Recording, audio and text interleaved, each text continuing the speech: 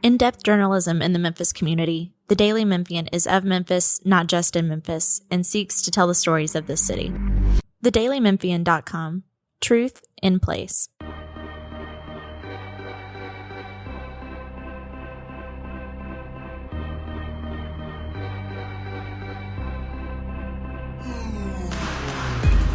Welcome back to another edition of the Daily Memphian's Memphis Grizzlies podcast. This is your host, Grizzlies beat writer Drew Hill, joined as always by columnist Chris Herrington. We're up early and recording for you on this Wednesday before a massive game on the Grizzlies schedule. Memphis played last night against the Hornets. There were some things that happened in that game, but mostly an uneventful game, which is what I think that what people hoped for outside of one major twist. And so it's a big week ahead. Chris. It's going to be fun. The Grizzlies are in the middle of a very, very tight playoff race, and we are barreling towards this postseason here with no idea which direction things may go. So, going to be fun. But let's start with last night. The Grizzlies get a double-digit, no-sweat win over the Charlotte Hornets, who had come in. They had already lost 12 straight, so like a game you thought you would win, and a game you won, and a game you handled business in that was easy.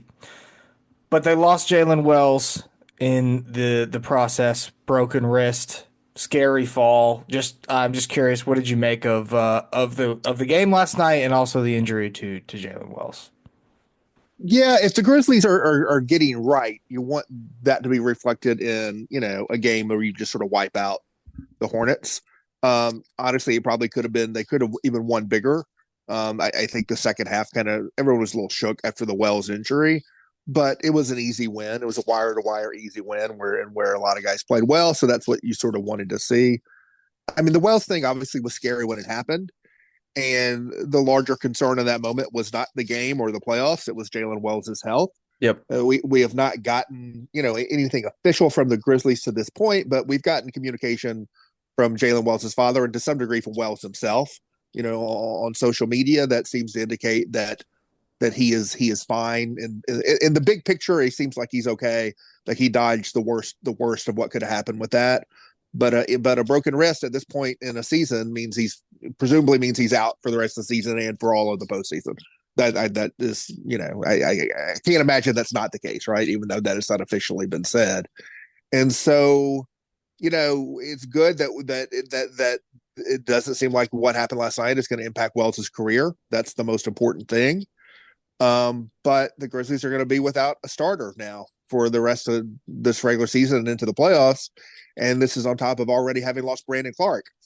And so at one point, and not long ago, you looked at the Grizzlies and thought, like, and you get a playoff game and you're in the fourth quarter of the playoff game and it's tight, like who's going to be on the floor with John Morant, Desmond Bane, and Jaren Jackson? And one likely answer to that was going to be Jalen Wells or Brandon Clark.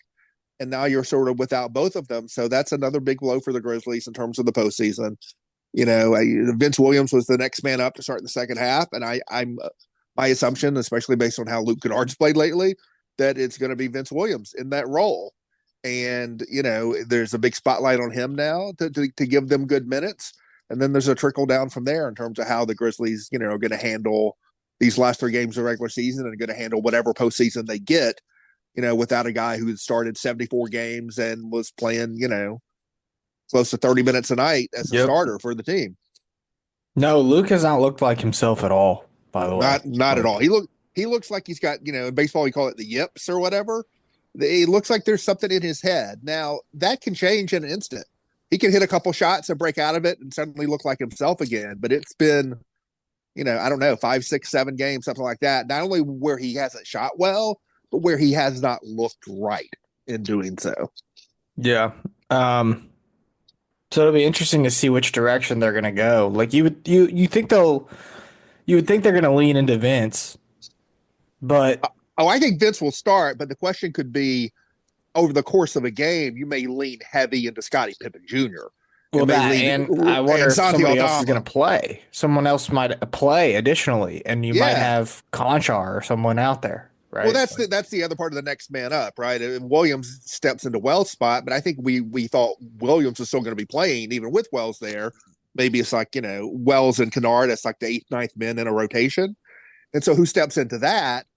And I've thought for a while that like Lamar Stevens is going to find himself in the playoff games because of the defensive matchups you can throw him into. That's the answer. You're right. That's and the answer. And I think that's it.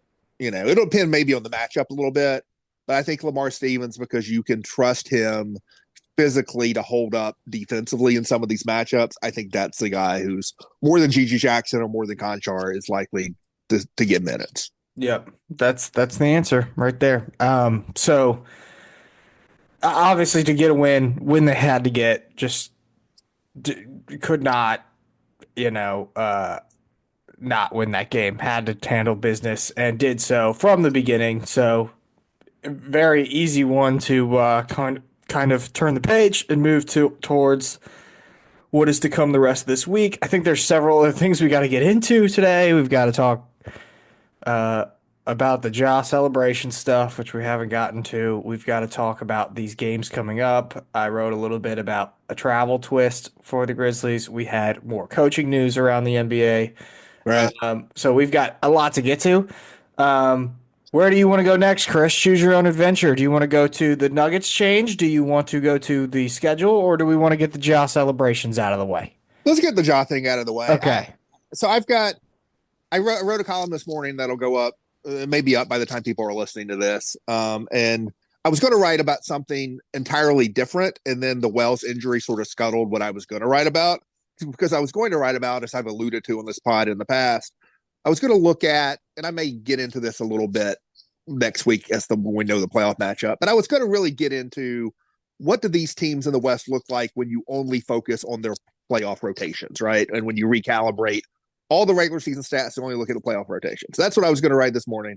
And that got scuttled because the Jalen Wells injury on top of the Clark injury now renders the Grizzly sample size irrelevant. Like, it's just not enough information to draw from at that point. And so I wrote about a few different things. One of those is the Morant thing. And this is the third column I've written since the whole finger gun controversy popped up. And I had made a point of not writing about it the previous two. Because frankly, I hated the whole story. Like, well, I know this is the exact type of thing that you just do not desire to talk about. No, it's not. No, it's not that as much as I thought. I'll just do a quick version of it. I hated everything about it because, like, I don't think Ja Morant should be doing gun-related celebrations given his history. I don't actually think anyone should be doing the gun-related celebrations, but I especially don't think Ja Morant should given his history. And once the NBA warned him not to, I thought it was needless provocation and reckless for him to do it again, because he could have gotten suspended, not just the fine. So I didn't like the Ja part of it.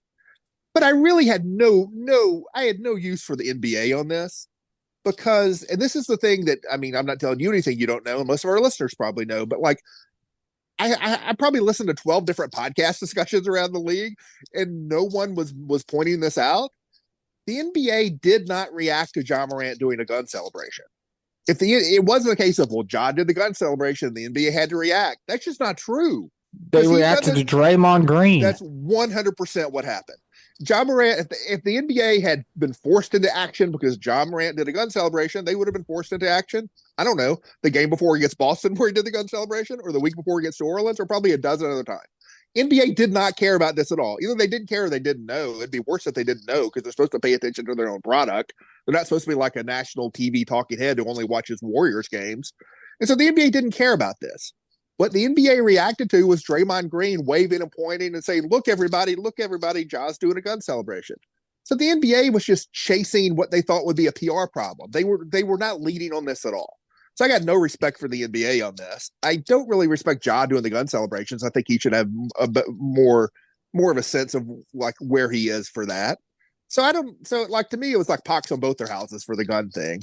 But I also don't like the way that our media climate really yearns for these little petty dramas to get into, because it's easy content. That's the NBA. That's what the NBA's almost become. It is. So I don't like any of it. So to me, like, I sort of hate it all.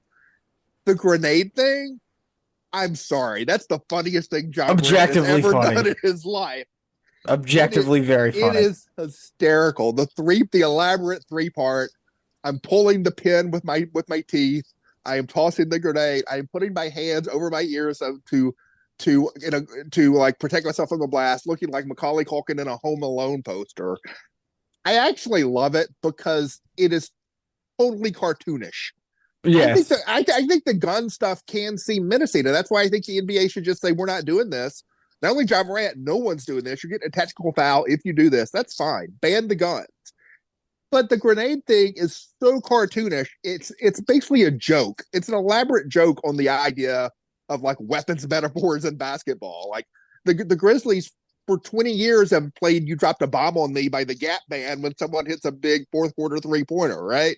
It made the whole thing a joke and it made the whole thing look ridiculous. And frankly, that's what we need. We need just to take the air out of the balloon and make the whole thing look silly. And I thought the grenade thing was deeply, deeply funny. Yeah, the grenade thing cracks me up. And look, this was to your point about the reaction. This was my tweet from before the Miami game, day before the Miami game. Players have been making finger gun gestures on the court for a long time without any sort of league review needed after. I remember when LeBron did it in the finals against the Warriors, which I do remember that. Heck, they've been doing the reload celebration. That's where they go up and down on their forearm Right. for several years. Seems like petty drama between the Golden State Warriors and Memphis, which tends to have a lot of petty drama. And that's exactly as I like watched it. After that was just like initial reaction to the tweet that the league's looking into it. I'm like, yeah, that's exactly what happened. Draymond freaked out over that. And like, what is more honestly? What is you want to use the word menacing or whatever you want to call it? What's a worse example at a basketball game? Ja doing a celebration that any kid is going to see anywhere at any game that they might go to over the course of that night, or the way that Draymond Green berates and treats the officials. Like, I'm not saying that you should like that's like all that bad. You're going to see that no matter where you go to, what game you go to across the league. But like, Draymond just wears them out, and it's exhausting to just even watch. And like, it felt like that was just a look, oh, we got him again. Like, look at this, look at what he's doing. Like, and it turns out to be an entire thing, and it was, to me, it just not needed. None of it was needed, but whatever. I want to make one final point on this before we move on, because up until like this podcast and the column I wrote this morning, I guess I talked about the radio with Jeff locally, but I'd done one single tweet on the subject, and predictably I got people trying to argue with me, not based on what I said, but on their own wrong assumptions about what they assumed I believed or what I was quote unquote trying to say. I wasn't trying to say anything. I said what I was trying to say. This is not like, you know, how we do when those NBA trades happen and like who won the trade. This is not like, it's not a zero sum thing. Like John Morant can be wrong and the NBA can be wrong. I was not defending John Morant, but I was 100% criticizing the NBA. And it is not my belief that like I think it's fine for there to be a slightly different standard for John Morant on gun related stuff based on his past history. I don't have a problem with that. I don't have a problem with the NBA not wanting him to do a gun celebration. I don't have a problem with the NBA warning him. I don't have a problem with the NBA fining him after they warn him. But like, do it the first time he does it, not the 12th. Right. Like, don't be a phony about it. And then on top of that, if it's something the league does not want John Morant to do, it should be something that presumably something the league doesn't like, period. So it may warrant a $75,000 fine on a second offense for John Morant given his history. But shouldn't it at least be a technical foul for anybody? Like, it can't be like, it's fine to have more scrutiny and more punishment for Morant, but it's not fine to have more punishment and more scrutiny for Morant, and then it doesn't matter for anyone else. To me, a good analogy for this is like fighting in a game. If you have a history of like fighting, like Draymond Green, fighting and being physical in games, then you would warrant more scrutiny for that kind of stuff and maybe more punishment. That doesn't mean it's fine for all the other players to fight in games, you know? So if the NBA cares about this, they should care about it. They haven't cared about it. If they choose to start caring about it, that's fine with me. Well, yeah. I think I agree with everything you said there. If, for example, like the league's going to be a lot more sensitive to whatever play might be perceived as unnecessary contact from Draymond Green versus other players in the league. You know, if it looks like Draymond Green's tripping somebody, they're probably going to be a little bit quicker to that. The same way that Ja with the gun stuff, because of the history there, it's a little bit more sensitive. And while that's certainly fair, my point remains the same, which I think is the same point you're making. He has been doing this forever. for a long time. No. And other players have been doing it too. And it was never a problem until Ja did it. And like, No. It's never a problem until Draymond Green pointed until out that Ja Ja did did it, and excuse me, and Draymond reacted. That's Right. you're correct. Excuse me. Yes, until Ja did it and Draymond reacted. That's when it became a problem. NBA didn't care about Ja doing it until Draymond drew attention to it. They were chasing the PR. They weren't caring about the underlying thing. It's always the Warriors. I don't know Yeah. why, but it's just this stuff follows the Warriors and the Grizzlies. It is wild. But let's move on. Yeah, time to move on. So we've got other coaching news. So we'll save the standing stuff for later in the pod. We've got other coaching change news in the NBA. Chris, yesterday the Nuggets fired Michael Malone, their head coach, championship coach, just 2 years ago. And he is out just days before the Nuggets begin postseason play. And it's like the Grizzlies are trendsetters, man. Grizzlies started this trend, and now the Nuggets have continued it. It was a hold my beer moment for the Denver Nuggets in regard to the Memphis Grizzlies. Yeah, I mean it's a similar move. It's a little bit later with a coach who's accomplished a little bit more, so it's like a more like they turned the dial further on what the Grizzlies did. But it brings about the same sort of underlying questions, right? Everyone can look from the outside and say, this is crazy. It makes no sense that they would do this. But like internally, maybe it did make sense that they would do that. I don't know. Like it's the same. It's a similar thing where the defensive effort had been declining. It seems to be the same thing where the defensive effort had been declining. And there was an internal sense that the coach's voice was wearing thin. But it's the same question of like, why not wait a few weeks, right? And so I don't know. Was that a good move for Denver? Was it a bad move? I couldn't tell you, but it the rationales are similar, and like people do things for reasons. Even sometimes they end up being wrong, but like it's not. I mean, there are reasons why things happen. Yeah, no.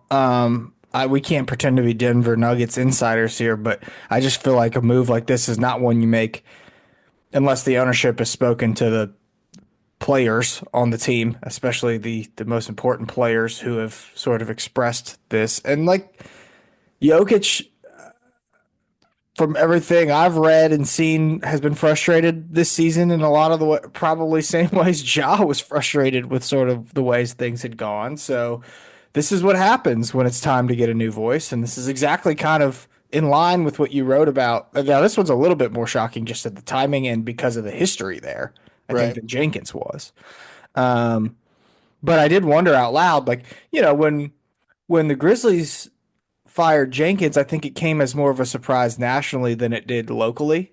Right. And I'm sitting here now on the other side of this saying, I wonder what people in Denver are thinking right now if they saw that this could be coming or not. It seems like that maybe this move is a little bit more surprising than the Jenkins one was, but it's certainly interesting. I mean, you already see people online speculating Michael Malone, Grizzlies. I don't think so. I don't know anything about that. I have no idea if they're gonna have any interest. I just would suspect not. I would be skeptical about that, sort of from both ends of it, but I wouldn't be dismissive about it, right? I mean, Mike Malone's a really good coach. Dude won a title. Like he's a terrific head coach, and he's probably going to want to go to a team that's trying to win now. The Grizzlies are a team trying to win now. So I think that's a topic the Grizzlies internally should have a meeting about. I think they should have a robust discussion about it. I do wonder if, do they want a personality that strong? I wonder about that. Should they want a personality that strong? That might be a different answer. Like maybe that's what they need, but maybe it's not. But I am skeptical that that's what they want. Yeah. I don't know why, but it reminded me of. Do you remember when Memphis caught that random stray? I know you're like you have no time for the comp, but man, Memphis did just catch a random stray from Michael Malone at a totally random press conference like 2021. It brought me back to that. I remember people were outraged at the time. Stuff like that happens so often I can't remember anymore. Like Memphis is one of the smallest markets in the league, so like when people are reaching out for some example to throw out there about that kind of stuff, that's just it comes with the territory, Yeah. So obviously the Nuggets make a change. Grizzlies, meanwhile, rolling right along under Tuomas Iisalo. They've played. I think you've gotten really good performances from Ja so far. I'm interested. This is what I'm interested in because I've been listening to you talk on Jeff's show and sort of make the point that well, the offense hasn't been all that better, since Iisalo took over, but it's been different.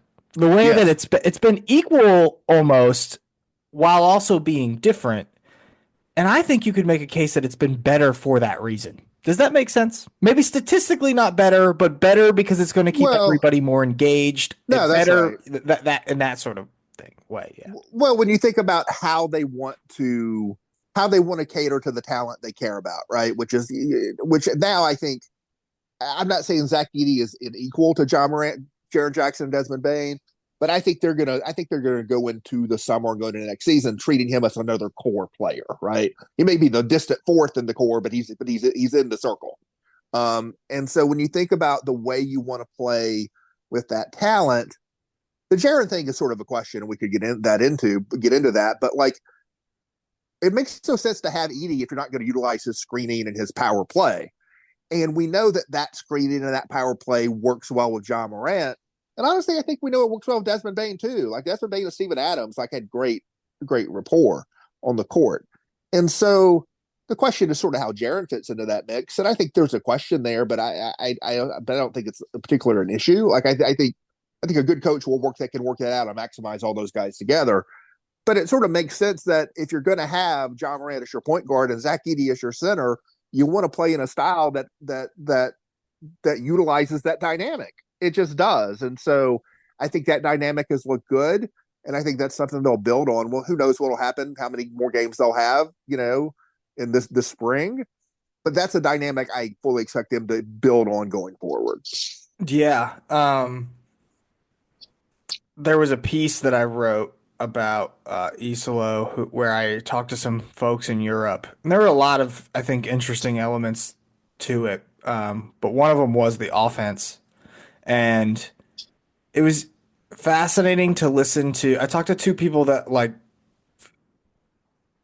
were how do I put this without giving too much away? Involved with like an opponent, right? To his teams that would be Right. familiar with what Paris basketball did. And and a lot of them talked about how what they did so well in Europe when he was there was they did, and it's interesting because it aligns with him saying simple, simple, simple, everything simple. Like that's the most used word under Isolo's tenure so far, simple. And it aligns with that because they all said, they didn't do a lot of stuff. They did really simple stuff, but they just did it over and over and over again, and they just made it effective, and they never went away from it. And that was the bigs don't touch the ball. They just screen, screen, screen, roll to the basket. There's less moving screens called in European basketball, so they can be even more physical. And they had guards that just attacked downhill. And then when they weren't doing that, they were using concepts to get guys going one on one downhill at the basket. And they just did that repeatedly over and over and over again. And so I think I guess some of the similarities here make perfect sense, right? Because the Grizzlies have two guards that can attack downhill, Ja and Dez. They've got They got bigs they that got can they got three with Scottie three. Pippen. Scotty, yeah. Can't Yeah. leave him out. They've got bigs who can be relentless screeners. The way that he sort of talked about the way that they played in Europe. And then you've got when you talk about stampede, which is this other concept, which is where basically you tilt the floor, you get all the bodies on one side of the court, you run some actions really to just get the ball swung to the other side of the floor so you can have a one-on-one drive. Those are the opportunities where I think Jaren can benefit. But it will be interesting to see how Jaren gets incorporated in this thing because we saw Jaren really skyrocket under the new offense that was installed to begin this season, and now this offense is certainly geared a little bit more towards the guards, but it's also helping Zach Edey, which we can get into. But But it'll be to me that's the fascinating sort of dynamic here. I'm just curious how what that's are the? going to work out. I've been making like comps all season long to like the Grizzlies roster construction with Cleveland's roster construction, and the idea of like could the Grizzlies take the kind of leap next season that Cleveland took this season? Implicit in that was a coaching change, and like now we've gotten the coaching change. But another part of that is like, how much better is Edey going to be able to be in year two, right? How close can he get to being the Jarrett Allen of that group? But the way that ties into this discussion is, if you watch how Cleveland plays, they start and finish games with all four of those guys together, but then they break it up into subunits in the flow of the game when they start going to their bench. And so with them, and I may be misremembering, I want to say I think it's Garland. It's Garland Allen and then Mitchell Mobley, or maybe it's Mitchell Mobley and Garland Allen. But they break it up and they have like units where one of their guards and one of their bigs will carry a group of mostly bench players, and then they'll flip it, and then the other guard, they'll have those combos. It's easy to see the Grizzlies doing that and breaking it up to like Ja Edey as a combo that carries bench-oriented units, and Bane Jaren as a combo that carries bench-oriented units. And like, does that, when you have all four together, does that put Jaren more of a secondary role where he's spacing a lot? Yes. But when you break it up on the floor of the game, featuring him like dominating your offense when like John Edey are on the bench. And so I think there's the potential there as Edey elevates to try to really like control the 48 minutes by breaking it up that way. Let's continue this Edey and Iisalo conversation, but first let's take a break for a message from our sponsor. Want to make a big impact without getting lost in a big system? Join Youth Villages to be a force for families while becoming part of one. Help make positive changes on a national scale, one community at a time. It takes a family to transform lives. Start with yours. Apply now at youthvillages.org/careers. Yeah, I think everything that you just touched on, Chris, is spot on. To me, I want to go back to, it was like a point that I made back when you were talking about Kendrick Perkins saying, throw the big man the ball, get him involved. Right. I feel like for Zach Edey, I said it back then, I still feel like it's the case now. Like for him, it's not the scoring that gets him involved. It's like the physicality, right. The rebounding, that sort of thing. And I think by allowing him to be part of the action more, 100%. To set the screens, to bring a physical presence to the game, it's helping him like grab rebounds. He's had 21 rebounds against Detroit, rookie franchise record, 19 rebounds against Charlotte. Now he did that against teams that aren't the most physical teams in the league, but like it's still very impressive. And I think what Tuomas has done to make him feel involved and get him to a space where he's in there battling for them every single night, it just feels like Zach Edey is in a different place now than where he was under Taylor Jenkins. And this is actually something that I talked to Zach about in Miami. And Zach essentially said, like, yeah, X's and O's matter. But the truth is a lot of this is just like comfortability and rebound and like rhythm. And I think he's found that rhythm and he's getting more comfortable because he's part of the action more. And so, he at some point his shots just have to go in, and right now they're going in. You could say the same thing about Ja, right? Like Ja was missing games and on a massive in the middle of a massive shooting slump when Taylor Jenkins got fired. Now he's making threes, and all of a sudden the box scores are skyrocketed up. But he's also doing stuff that make him look like the old version of Ja Morant. And so to me, that sort of stuff has to come to the forefront. So it's been interesting to try to find the balance. Like how much of this is Iisalo's stuff? How much of this is just these guys playing better? I think the answer is probably somewhere in between. Well, you make a good point on the Edey thing because he's back in the starting lineup. He's getting more minutes. He's more involved. They're actually not like throwing him the ball to start. He's not getting those kind of touches for the most part. They're not going to him in the post. It is they're leaning into his screening and crashing the boards. And that is what is getting him going, is being involved in the physicality of the game. I think that point is exactly right. In terms of the question of like, the offense has been better in some ways, but actually hasn't been better overall. I mean, it's a small sample. it's a small sample that last night against Charlotte does not apply, but it's a small sample that had mostly played good defenses. Like they had played, like Detroit's a top 10 defense, the Celtics are a top 10 defense, the Warriors are, they had played mostly Miami. I think they played 4 top 10 defenses in the first 5 games under Iisalo. So there's that. There's also the fact that like the 3-point shooting has kind of been bad. I don't think that has anything to do with the offense. I think it's just guys missing shots. I mean, Luke Kennard's been missing shots. Jaron has had a little bit of a rough stretch from 3. He shot over 50% from 3 in the month of March, and now these last few games in April, he's shooting in the 20s. I think some of the 3-point shooting has sort of gone awry, but I think that's mostly variance, or in Kennard's case, like there's just something in his head about it. I don't think that has anything to do with the offense. I like what they've done though. Again, to your point, like you can say that the offense isn't statistically better, but in my opinion, it's better because the players that they need to be at their best are playing better than they were Well, before. well, what is statistically better is the defense, which is the main Yes. reason they had been struggling. And I think, that also could be some just short sample happenstance or whatever.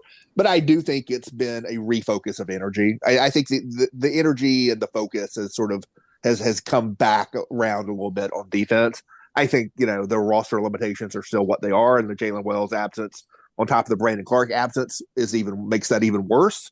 But I do think the focus has improved a little bit on that end. It's funny because we were sitting here. I remember when Vince was coming back, and I mean, you were very headstrong about Vince being super important. And then maybe because of Jalen Wells, not because of Vince, and because of injuries and stuff, that sort of faded. But now it's right back at the forefront, right? Yeah. It's right at the center. Like Vince Williams has got to be good for this team if they want to win in the playoffs. He's got to have a good series. The Vince, and I wrote a little bit about that in the column that'll go up today. There's sort of a, on one hand, on the other hand part of that. On the one hand, he's just not where he was physically, and you can see it all kinds of ways. This season, since he's been back, he is getting to the rim less. He is drawing fouls less, and that's forced him to shoot threes more, and he's not shooting the threes as well. And he shot well last night. Whether that's part of the ankle thing, I don't know. But the getting to the rim less and the drawing fouls less, the steal rate and block rates are down a lot. To me, it's the ankle. He is just hesitant to push off on that ankle, and he's just not playing with the force he did last season. I think that's entirely physical. Now, one thing now to go to the other hand, a little bit more optimistic about it, and I have a little chart about this in the column. And the samples are small, but I think when you tie it into watching him play and knowing the ankle issue, it really jumps out to me. If you look at him relative to rest, look at what he's done this season on 1 day rest, look at what he's done on 2 days rest, and look at what he's done on 3+ days rest. The trend is a line up. The more rest he's gotten, the better he's been. The better he's been on shooting percentage, the better he's been on 3-point percentage, the better he's been on points, on rebounds, on steals plus blocks, on plus minus. It all trends up with more rest. And so that gives me some level of hope because playoff basketball is more spread out. If they get into a first round series, it's more spread out in the first round. If they can avoid the play-in, they'll get a week's rest before they start. I think all that stuff bodes well for him. But there's nothing about the way he's played that tells you he's going to suddenly become the player he was last season. I just think you can hope for that next season. I don't see any way that's going to happen this season. Yeah, he's an interesting character, Vince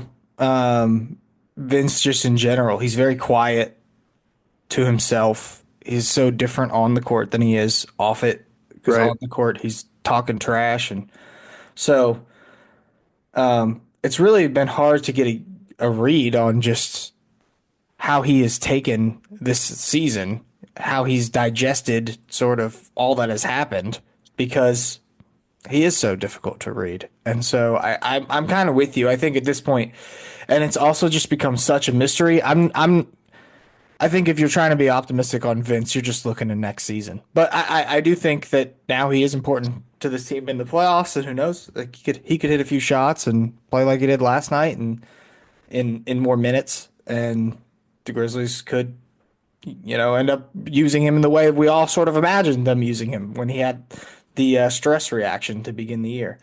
Okay, a week and a half in to the Iisalo thing. Do you have any thoughts here? I continuously think that as this goes along, like the most important thing for him is not is the offense effective, is what they do on defense effective. It is what are the relationships like with the star players on the team.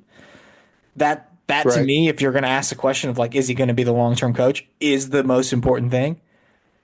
So far, so good. It appears. Ja had a lot of really good things to say about him in Miami. And Tuomas has really talked about trying to empower his players to sort of allow them to make the changes to this offense and defensive changes as well that they want to make that make them comfortable and that they feel like will work as they go towards the postseason. So, we can give Iisalo the credit for enacting some of this stuff, but I think he's really putting this in the hands of Ja and Jaren and telling them like, what do you guys want to do? And they're giving the feedback, and the Grizzlies are doing it. But what have you made of just the first week and a half here? I think he's acquitted himself well, as far as I can tell. I think so. When you think about him as a long term proposition for the team, I think you're right that the buy in from the star players is going to be what matters most, and they're going to play higher pressure games going forward. Because they're going to be in the postseason, and how does he fare there? How do they feel about him coming out of that? All that is what's probably more important than what we've seen so far. Yep. But I think his general offensive philosophy fits what the franchise, the organization wants to do, which is part of why they hired him to begin with. It fits the talent they have and how they want to deploy the talent. I think his record of head coaching success, even though it was not in the NBA, works in his favor because being a head coach is different from being an assistant, right? And he has head coaching success in By the professional way, basketball, especially in Europe. right? It's Right. like where it's totally different than it is in the NBA. Like those guys have to control everything. They're not just the coach. They're the coach, the GM, the travel planner, everything. So this is not just a hotshot assistant who has good ideas. You don't know how they'll do as a head coach. He's been a head coach successfully. And I think his general demeanor, his sense of composure and thoughtfulness and the way he carries himself, I think is something that, I think people like in the organization, among players. I think it's been well received. So I think there's a lot of positives that are working in his favor. But I don't think it's a foregone conclusion at all. And so I think, how the players feel about him coming out of this final stretch and in the postseason is going to have a lot to do with it. And I think the team needs to sit down. The decision makers of the team need to sit down and really have a strong talk about what they need and what they're trying to accomplish next season and whether this is the right guy for that. It may be the right guy for that. But I think that they really need to sit down and really take a close look at that. Yeah, I don't think anything's been decided yet in terms of what they're going to do from a coaching perspective. I think that comes across as pretty clear just based on the way that they've sort of addressed the long term outlook. I guess they've really kind of Kleiman said we're focused on the Lakers when asked if it was going to be an audition, and Iisalo continues to say, "Well, we're just taking this one day at a time." Every time he's asked about if he wants the job or not. Well, So, the one notable thing I think Kleiman did say in his 2 minutes and 40 seconds was that he's looking for like a sense of clarity. I think is the way he used the word clarity. I think clarity of direction. Is that what he said? Something like that. Yep. And I think 6 games in, I think Iisalo is coming through on that on that basis.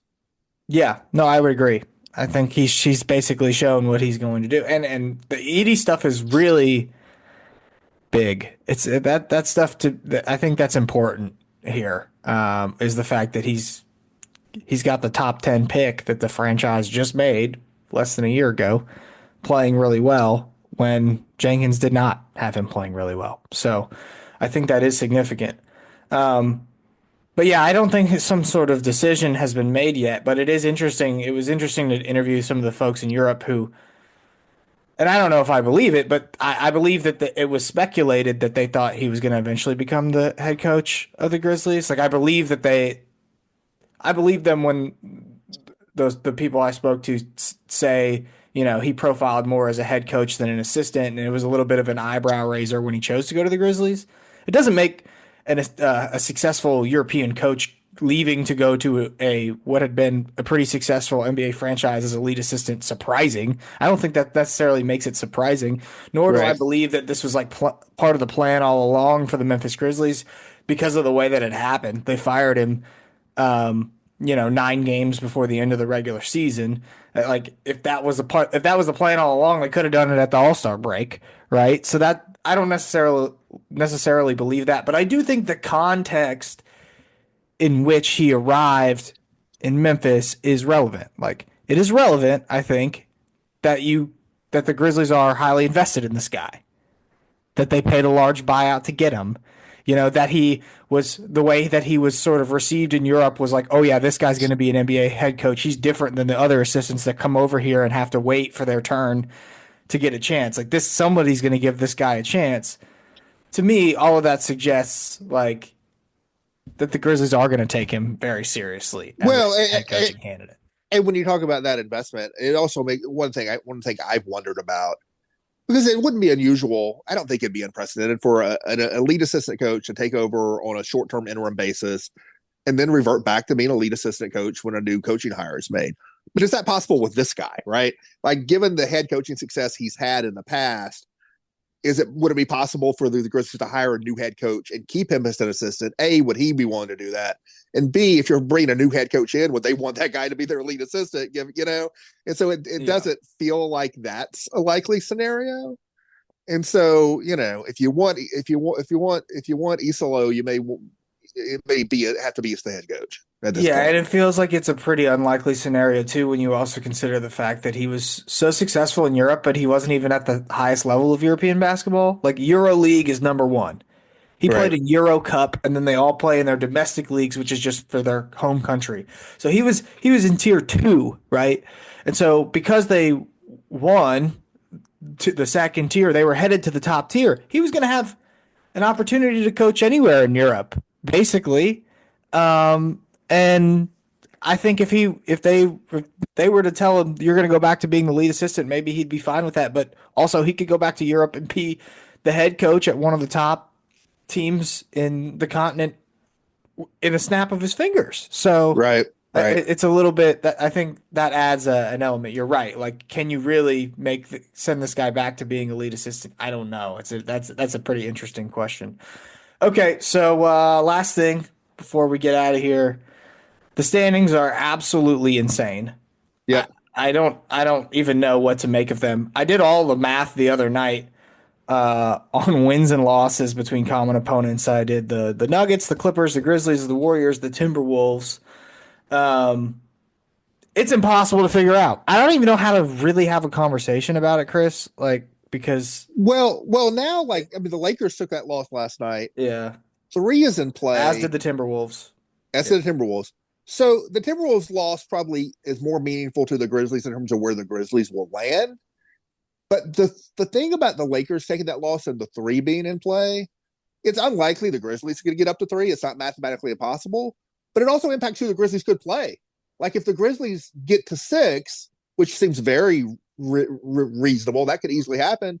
They could be looking up and playing the Clippers in the first round, not the Lakers in a 3-6, right? And so, not only is where the Grizzlies land in flux, who they end up playing based upon where they land is also totally in flux at this point. Yeah, it is, and it's interesting to look at the schedules the rest of the way because what Memphis needs to try to do is just win out, obviously. But like any scenario in which they're in a 3-way tie is almost always a bad scenario for the Grizzlies. If they win, I'm pretty sure this is right. If they win out, they will be no worse than 5th. Yes, because that will right. mean beating the Wolves, who they're already a game up on. That will mean beating the Nuggets, and then the Warriors and Clippers have to play each other. So one of those teams will take a loss too. And so if the Grizzlies win out, they will be no worse than 5th. Right. But it'll be interesting to see because I think the Clippers, you mentioned them.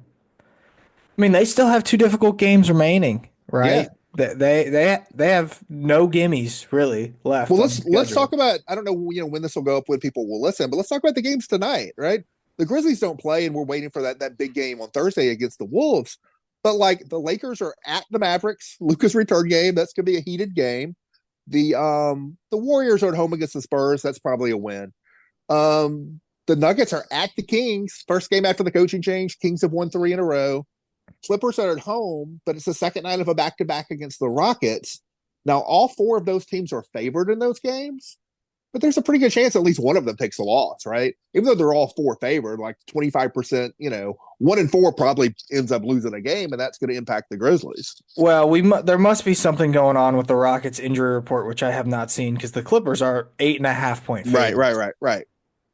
So I think if you're going to look at one of those and say what's the most likely loss among those 4 favored teams, it's probably the Nuggets at the Kings. The Nuggets it could be the Lakers, right? But I'm just saying, like, those are 4 games that matter, and like those 4 teams are favored, but it's not a lock that they win the games, right? Yeah. Well, whatever scenario. So basically, the Grizzlies need, because the Clippers and the Warriors are going to play each other later on. Right. And so, I think that's the last game of the regular season, right? Yeah, game 82. So one of those two teams is going to take a loss. Yep. You just got to hope whichever team takes a loss in that game also takes a loss somewhere else on the schedule. So yeah, if one of those teams lose, you're cheering for them to lose twice. That's because you want to avoid 3-way. And then if you're the Grizzlies, you've got to win. You've got to win one of these next 2, and then beat Dallas at home. And if you do that, then you can avoid the play-in. To me, that's the pathway, right? Like, yep, to stay out of the play-in tournament. But that's hard. Like that's going to require somebody else to lose a game that they're probably not supposed to lose. So, other than that, you just got to win them all. If you're Memphis, you just got to go win the rest. At least now, I mean, that's the good thing about this. The Grizzlies are 7th in the standings today, if you look at it. But if the main goal is avoiding the play-in, the Grizzlies control their own destiny. They do. If they just win out, they'll avoid the play-in. So go win. Yeah. I wrote a little bit about this. I'm curious if the Grizzlies will have more comments as we get closer to it. They got totally screwed by the league, by the way, on this Friday game. I mean, that's one of the single worst travel situations. And like, there's some people being like, stop complaining about it. These guys make tons of money. Well, they're trying to also win a basketball league, and it's a pretty big competitive disadvantage. And this would be it's in part because, as you pointed out, it's not just the back-to-back in Denver. It's the 8:30 tip on the first game. Right. It's the 8:30 tip, which means that they're not so I actually had a conversation with somebody about this earlier because they've had home and away back-to-backs. Right. And at the last home and away back-to-back, they aimed to be out of the locker room and out of the arena, headed to the airport to go travel at 10:05, which means for a tip that starts an hour and a half later, it's going to be 11:35 before the Grizzlies are driving to the airport. And so that's going to put them in at the airport to go fly out. They're going to have to get on the plane, all that. They're not going to leave on their flight until after midnight. That's a 2-hour, 40-minute flight. They're going to gain an hour on the way there, but they're probably not going to get off of the plane in Denver until after 3 a.m. Mountain Time. And then Denver has like a 30, 40-minute drive from the airport to the team hotel. So they're not going to be in bed by 4 a.m. and then they're going to turn around 15 hours later and play a game at altitude. That, by the way, is a massive game. That's getting screwed by the league. That's what that is. Well, and then on top of that, you get your third game in 4 days. It's going to have a 2:30 tip on Sunday back home after more travel. I know. It's a rough finish. It's a rough finish. So like you can say, yeah, they make a lot of. That's true. They get paid a lot of money to do this stuff. It's also a very clear competitive disadvantage for this team to end the season, and it's got to be frustrating. I would be frustrated if I was, Grizzlies ownership. I'd be mad. Like that's some BS. They shouldn't have to do that, especially when these games matter so much late in the season. And if that also feels like an especially long trip. That's only because the Grizzlies are in the Western Conference, right? Like that. If you're making arguments about where the Grizzlies should be in the East or the West, like Minnesota, although they're closer to more Eastern Conference teams, that would be a shorter trip for them to Denver. Right. So, anyway, we'll see what happens. The the Grizzlies have 2 big games starting Thursday. Hopefully, Chris will be in the building for that one, FedEx Forum, 8:30 on TNT. We will be back with you, I'm sure, as soon as probably early next week, as soon as we know what the Grizzlies are going to be doing in the postseason. But until then, thanks for listening. For Drew and for Chris, we're out of here.